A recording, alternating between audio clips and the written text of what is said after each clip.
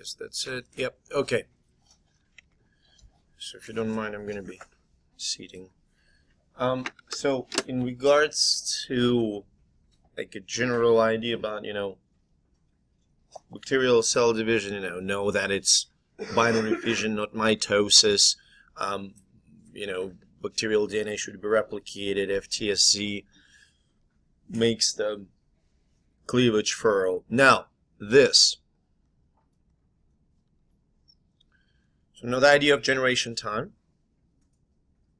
Know that generation time in the lab is generally smaller than out there in the natural environment because less competition, and you're going to have some questions about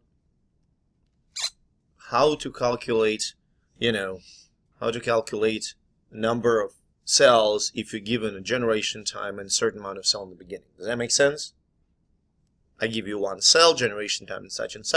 How many cells you have in like 2 hours? You also have to be able to do the opposite. I give you the number of cells in the beginning, number of cells in the end, time, let's say 2 hours, you give me a generation time.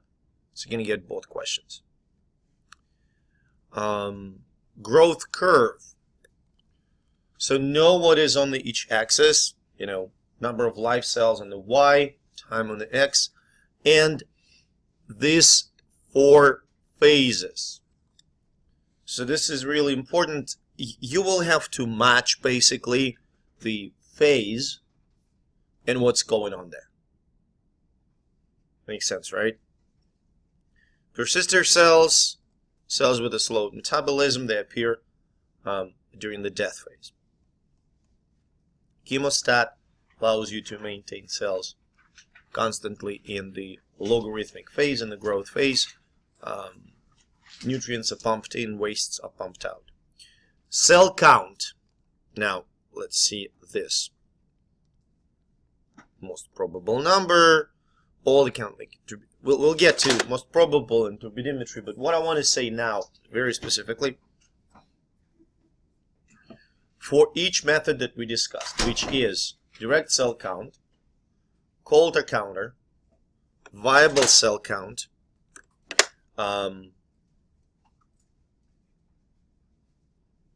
most probable number, and turbidimetry. For these types, please know be able to match the description of the method with the method itself. And for each method, know the main advantages and disadvantages. But the most important thing, can you count the number of live cells or you can't? Do I make sense here? Just ask you, which of the following methods allows you to count the number of live cells? And I give you, say, I don't know, turbidimetry, Coulter counter, and most probable number. You tell me the only one that allows you to estimate the number of viable cells, most probable number. Am I clear? Okay. So, description and the method, does it allow you to count the number of live cells? So, a few details. Filtration allows you to retain the bacteria in the filter and count them in the diluted samples. For most probable number, understand that when we do the most probable number, it's not the exact number. It is the number, most probable number of live cells. And you always give confidence interval because actually number can fluctuate in that confidence interval.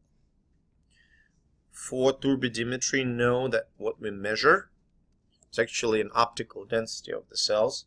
So we do not measure the actual number of live cells. We measure just optical density. Now, here macromolecules, oxygen, carbon, hydrogen, practically all organic, all biological macromolecules, nitrogen, protein and nucleic acid, phosphorus, phosphorylated proteins and nucleic acid, sulfur proteins. Rules for potassium, sodium, calcium chloride. Mostly membrane transport, maintenance of the ionic strength, osmolality in the cells. Iron, enzyme cofactor. Magnesium, enzyme cofactor, as far as it goes. Essential nutrient. Know that essential nutrient can be anything from, amino acid to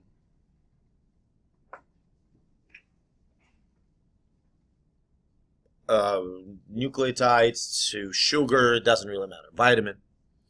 Now, this oxidation of the carbon, heterotrophs oxidize carbon in the cell respiration, autotrophs reduce carbon in the photosynthesis. Okay, or any type of carbon fixation. Methanogens use carbon dioxide as the final electron acceptor in the process of the methane synthesis. Okay, so they produce methane. Methanotrophs use methane as the source of carbon, and they produce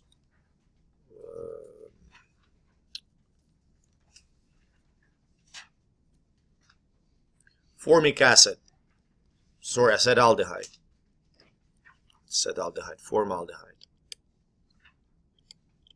And then oxidize it to formic acid. Now, which of these two types of microorganisms contributes to the greenhouse gas emissions? Methanogens, because methane is the greenhouse gas.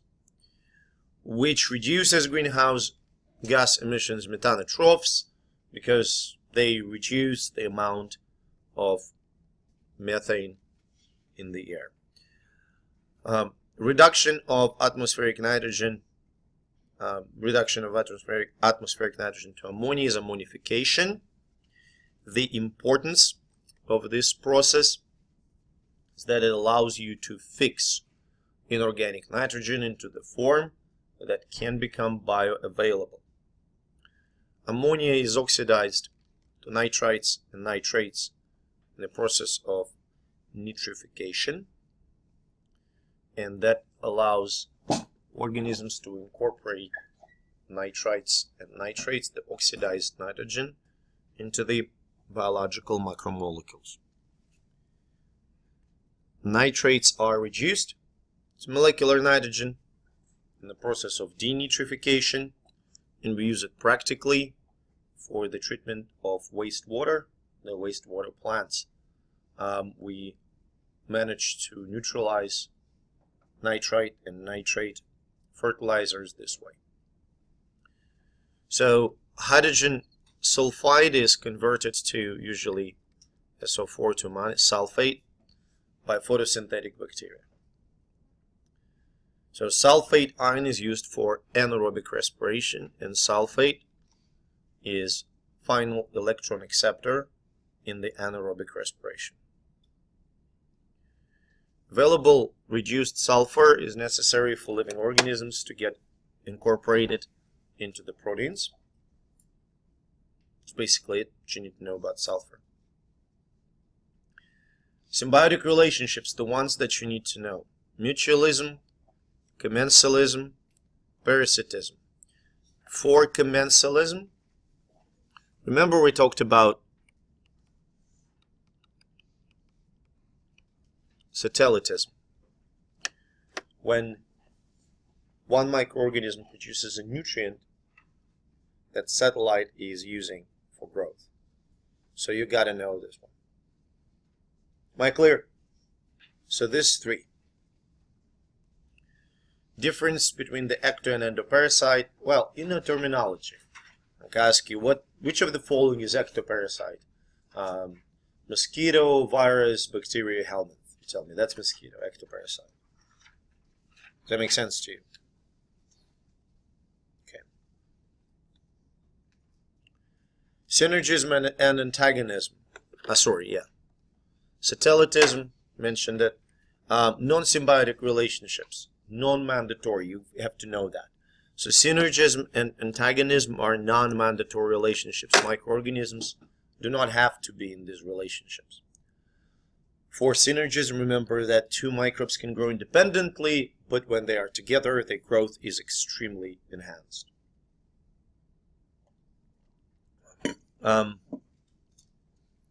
Now, in regards to biofilm, so planktonic is on the surface, is in the suspension, biofilm is in the solution. Biofilm is more common. Biofilm formation starts with the primary colonizers that produce extracellular polymeric substances, mostly carbohydrates, that protect biofilm from desiccation, predation, and enable secondary colonizers to join the biofilm community. The critical density, certain density of cells in the biofilm, they start to produce quorum sensing molecules.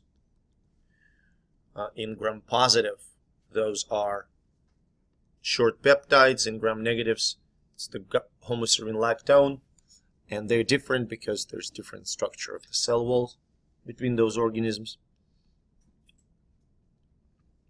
Species in the biofilm usually establish commensal or mutualistic relationships. And quorum sensing molecules enable those microorganisms in the biofilm to communicate. Quorum sensing molecules actually can regulate their own production. They autoinducers. They can alter gene expression. They can change nutritional requirements. They can even stimulate the synthesis of the virulence factors in the biofilm at the critical density. We good so far? Now, oxygen requirements. I'm not going to recite the 5 groups. Remember, we had 5 groups. Obligate, aerobes, anaerobes, aerotolerant anaerobes, facultative anaerobes, microaerophiles. For those 5 groups, I give you a description. You tell me what you're looking at. Am I clear?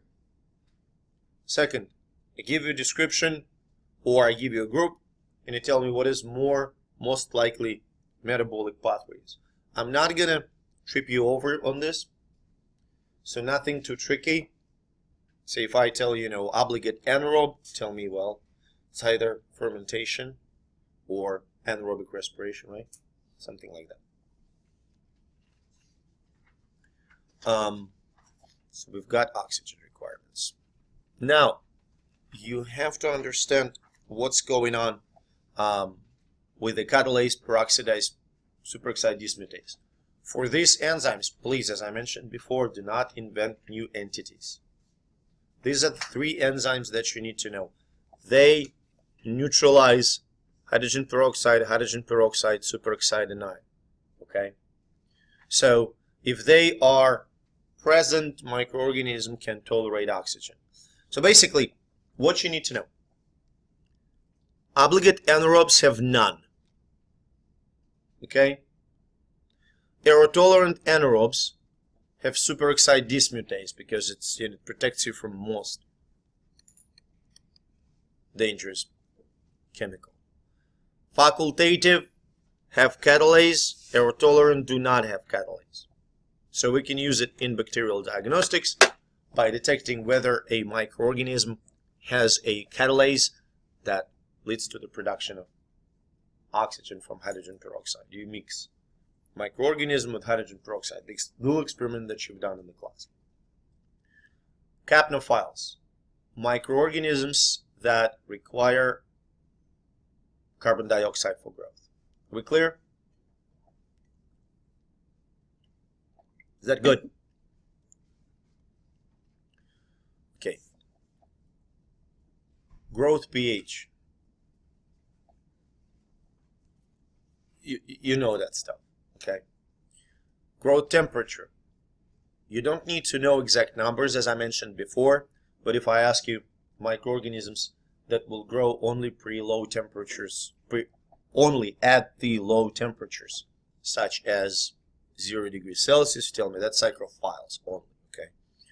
Microorganisms that grow at extremely high temperatures, thermophiles, in that manner. Psychrotrophs, remember, they regularly grow at the room temperature but can grow in the cold, so they can be responsible for food spoilage in the fridge.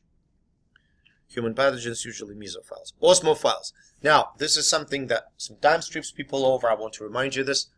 Osmophiles can grow in the presence of solutes, whatever the solute is.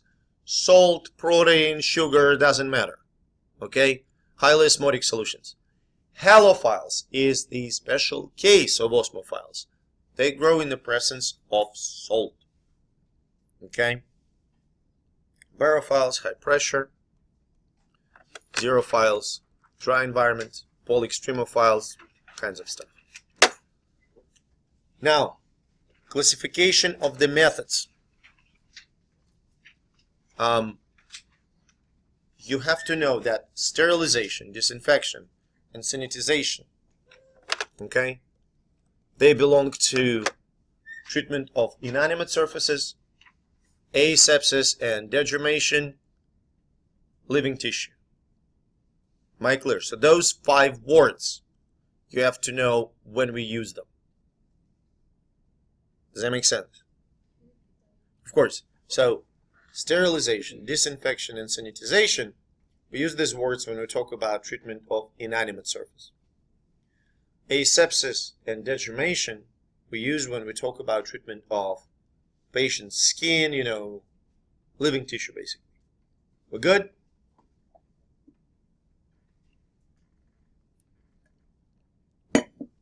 So that's main protocols. 3 main protocols for inanimate, 2 main protocols for living tissue. Now, biosafety, containment. Again, I'm not going to give you something absolutely out of this world question, but you have to appreciate that, if we talk about microorganism that doesn't cause any disease and, it's not easily transmitted, basically absolutely safe, that's BSL-1. If we talk about microorganism that is exotic, can kill you, there's no vaccine, no treatment, easily transmitted, that's BSL-4. So basically, all you need to know is the progression from 1 being the safest to 4 being the most restrictive level of containment. Am I clear? Microbial forms. Endospores, resistant forms like cysts or resistant bacteria or non-enveloped viruses. And then the majority of microorganisms fall in the sensitive category like vegetative bacterial cells, trophozoites of protozoa, and asexual fungal spores. So why sexual fungal spores and protozoan cysts are resistant to disinfecting protocols? They are formed in the harsh environmental conditions. So this is what I was talking about, be able to rank 4 or 5 random microorganisms according to the ability to resist disinfection. I give you, you saw the question basically. Decimal reduction time, know that the shorter it is, the more sensitive microorganism is to a particular treatment and vice versa. So longer decimal reduction time, higher resistance to treatment. Cytostatic, kill, slow growth. Which factors can influence decimal reduction time? The nature of microorganism, temperature, the pH, pressure. What should be taken? Now, look. What should be taken into consideration? Obviously, you will not get the question like this with multiple choice answers. There's no way I can formulate one. What I do here, I kind of give you an idea. If I ask you to prepare a patient for surgery, please do not suggest to autoclave the patient. In that idea, right? So just reasonable. Again, no tricky stuff. If I tell you we need to sterilize temperature-sensitive plastic, you think, well, autoclave is not an option then, right? If it's temperature-sensitive, so we need to pick something, maybe chemical, maybe not UV gamma rays, but something that doesn't involve temperature. Okay. Cell wall, cell membrane, DNA, RNA. Now, which agents can affect which structures? You can make a short list for yourself, but I'm gonna ask you this about all chemicals, like what is the main mechanism of antimicrobial action for halogens? Oxidation. Good? So you have to know these mechanisms. Am I clear? So let's make it again clear. For physical methods, temperature methods, you need to know the ones that are sterilizing and the ones that are disinfecting. So basically, you have autoclaving, incineration, and dry oven that can be sterilizing. We clear? Everything else is disinfecting. For light-mediated methods, you have gamma rays and X-rays that are sterilizing and UV light that is disinfecting. Am I clear? For filtration, it depends on the filter. So my strong suggestion is to fill out questions like quickly, disinfecting, dry heat control, heating, short term, okay, oven, long term oven is sterilizing, incineration is sterilizing. Bacteriostatic methods, cold, used for storage, radiation control, ionizing, non-ionizing, ionizing radiation, strand breaks, non-ionizing radiation, time and dimer formation. All right, sterilizing, gamma rays, X-rays, disinfecting, UV light. Again, this is really important because there are going to be questions. What would you use for, bulk sterilization of air? Definitely it's not going to be autoclave or dry heat oven. Does that make sense? You're going to use filtration. You understand what I'm saying? So filtration, advantage of filtration, for instance, is that it doesn't alter the chemical composition of the substance being filtered. Am I clear? So know this stuff.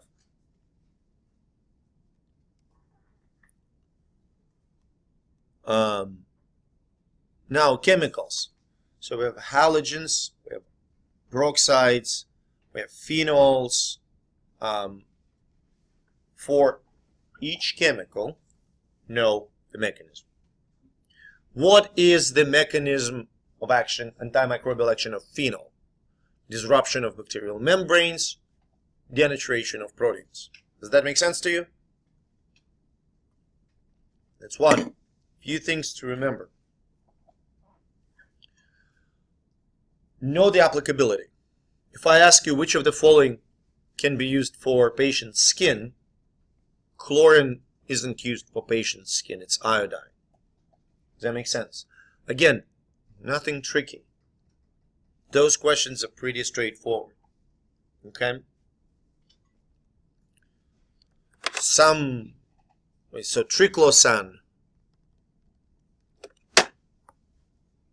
not super effective, and bacteria developed resistance to it. One thing to remember. Chlorhexidine is disinfecting.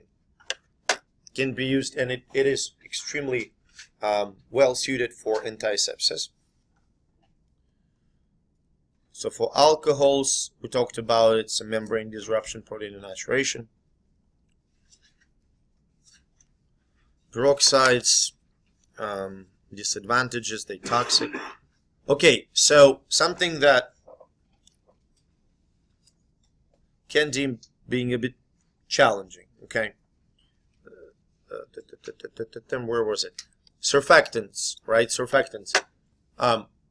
Cationic versus anionic. Cationic are more efficient because they are positively charged and can more easily bind to the negatively charged surface of bacterial membrane, disrupting it more efficiently.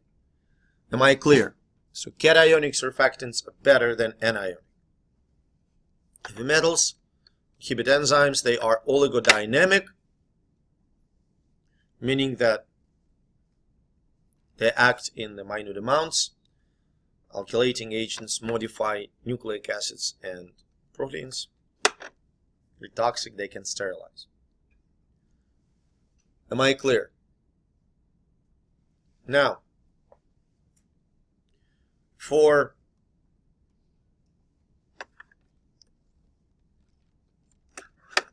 these questions, the history questions, remember the table? Did you see the question today? Like, what did Alexander Fleming discover? That's as far as it goes. I'm not going to ask you who discovered what. Am I clear? But I can ask you, what was the discovery made by German scientists that developed some antibiotic that was a dye? I remember that was sulfonamide. Okay. Waxman discovered streptomycin and kanamycin and actinomycin, stuff like that. Not more than that. Now, know what synergism means, but the majority of questions that you're going to encounter in regards to antibiotics will be about classes. So instead of going through each antibiotic group on the study guide, what I want to do with you now is to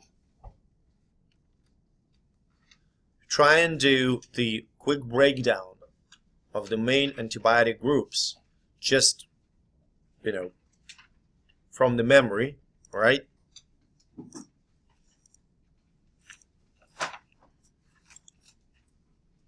Hold on. Okay. So that should, yeah. So we're going to do sort of a drawing of the main groups of antibiotics, main classes. Now, I will try to mention, all the mechanisms. We're going to do it pretty quickly. Okay.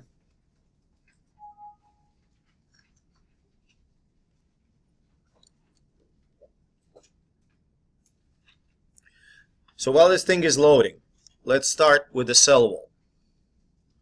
Which classes inhibit cell wall synthesis? Penicillins, cephalosporins, monobactams, carbapenems. So there's 4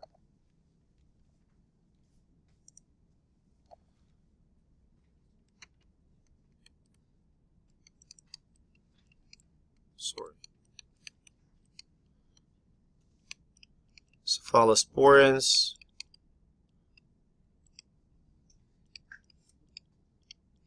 monobactams,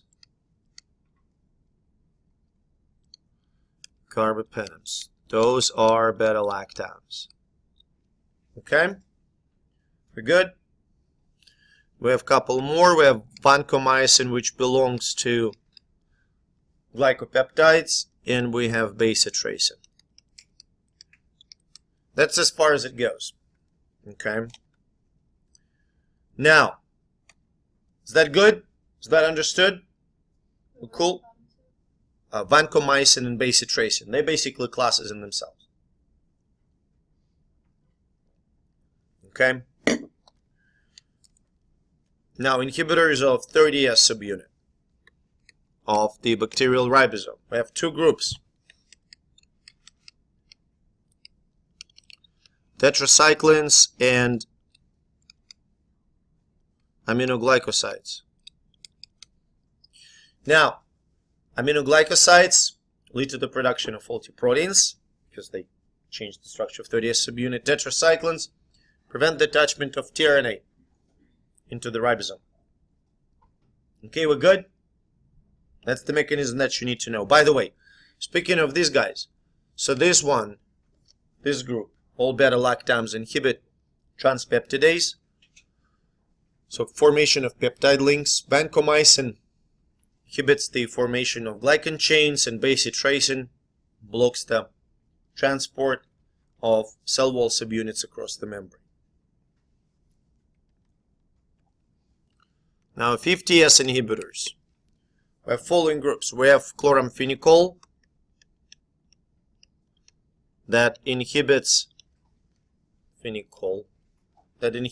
transfer of growing polypeptide chain to a new amino acid. We have a group of lincosamides, macrolides, and streptogramins.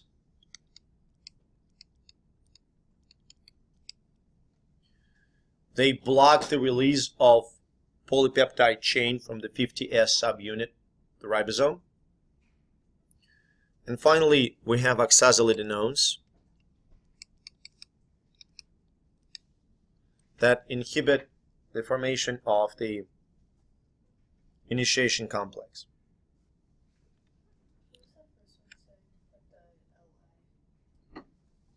This one or this one? Chloramphenicol. Oh, lincosamide. Sorry, it's N. L-I-N-C, actually. Yes, thank you.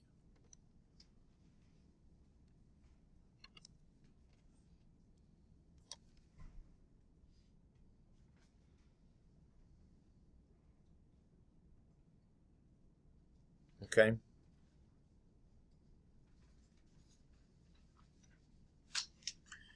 Now, then we have membrane disruptors. We have polymyxins. And we have lipopeptides.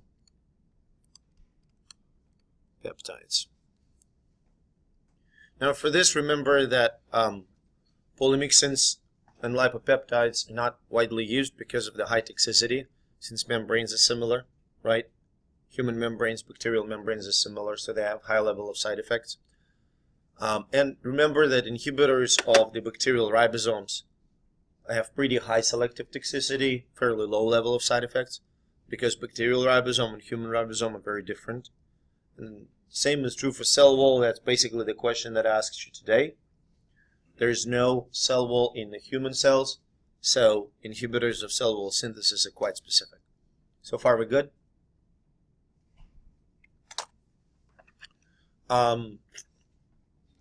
Inhibitors of DNA synthesis.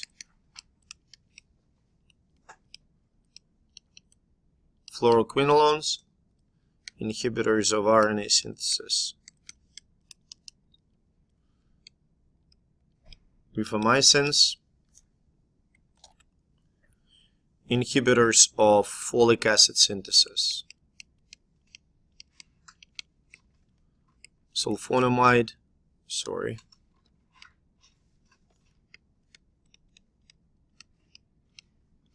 sulfonamides and trimethoprim. So for this, know that they inhibit two different steps, the same metabolic pathway. And two more metabolic inhibitors are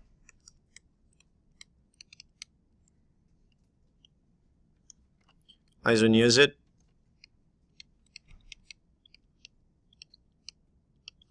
inhibitor of mycolic acid and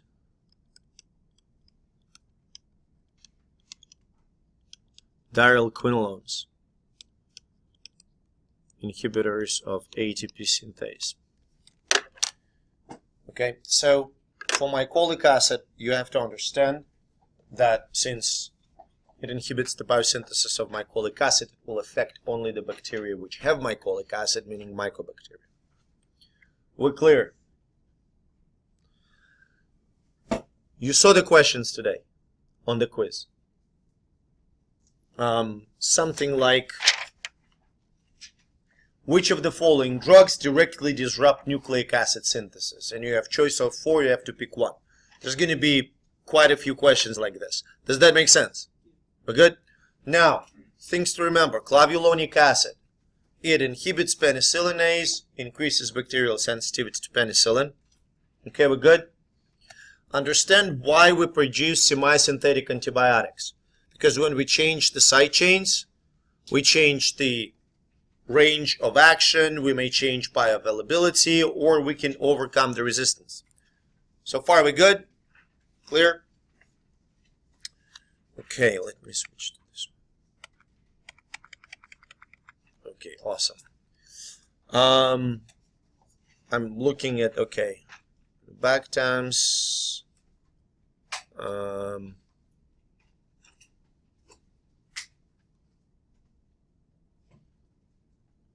High level of side effects for polymyxins. Okay. Main clinical applications. Look, I'm not going to ask you actually gram, multiple drug resistant systemic gram negative infections. God forbid, no. But you have to understand that, say, polymyxin B is so toxic, we're going to use it only topically.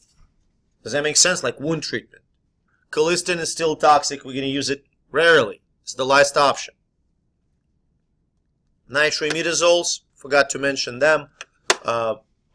They inhibit the DNA strand break repair, leading to accumulation of breaks and killing bacteria. Okay. Sulfur drugs, trimethoprim combined become bactericidal. Isoniazidiol quinolones. Okay, main mechanisms of antibiotic resistance. So we have drug and target modification. We have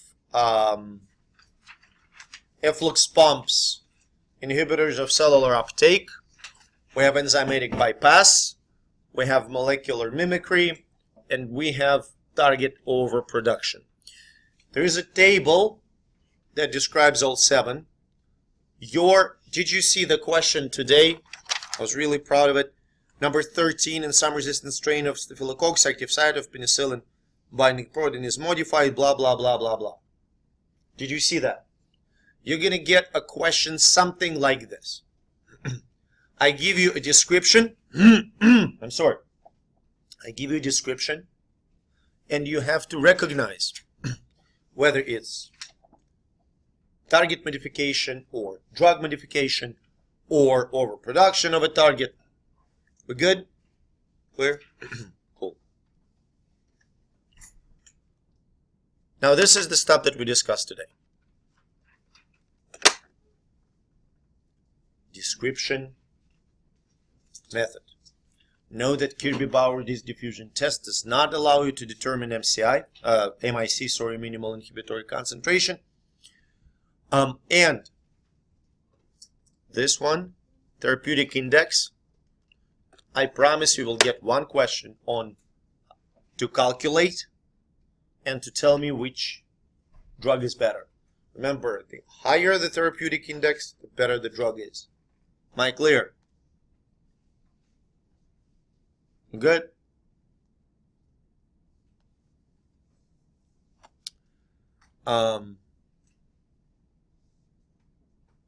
Campylobacter. Okay, gram negative. Some are pathogenic, not all of them. Non-pathogenic species can be found in the mouth. Campylobacter jejuni is microaerophilic and capnophilic bacteria. Causes bacterial gastroenteritis. Well, symptoms of gastroenteritis. Autoimmune condition associated with C. jejuni is Guillain-Barré syndrome. Transmission route, usually from poultry and pasteurized milk. Ebola virus. Enveloped RNA virus. Transmission route, bodily fluids. The reservoir are presumably bats. From bats we acquired via contact with bat blood. For Ebola virus, from human to human, bodily fluids. No transmission via respiratory route or by mosquito. It causes hemorrhagic fever. Infection occurs in Central Africa. Main reasons for Ebola virus outbreak is lack of proper health care. Vaccine is now available. It is effective. There are treatments. Still experimental, but there are treatments. Virus survives better on non-porous surfaces. On porous surfaces. Blood improves the survival of Ebola virus. It protects it from environmental impact. Mycobacterium tuberculosis is gram-positive. It has a layer of mycolic acid, which differentiates it from other gram-positives. Mycobacterium tuberculosis usually infects macrophages, survives in the phagosome. Mycolic acid protects Mycobacterium tuberculosis from phagosomal destruction.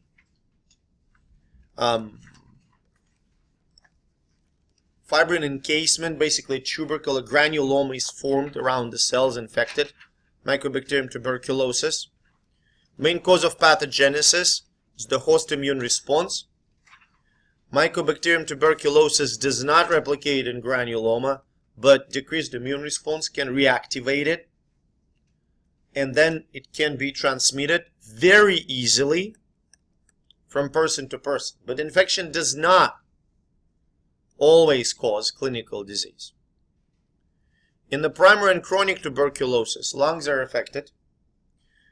So symptoms, just have an idea, coughing, sweating, green bloody sputum, fatigue, Extrapulmonary tuberculosis may infect practically any organ, and the prognosis is poor. Mycobacterium tuberculosis has highest prevalence in the third world countries. The main diagnostic tests are TB test, chest x-ray, and Ziehl-Neelsen stain for the sputum. Vaccine against M. tuberculosis is not effective, so it is not used in the United States. It's marginally effective, not used in the United States. Best preventative measure, sanitation. Does that make sense? Any questions?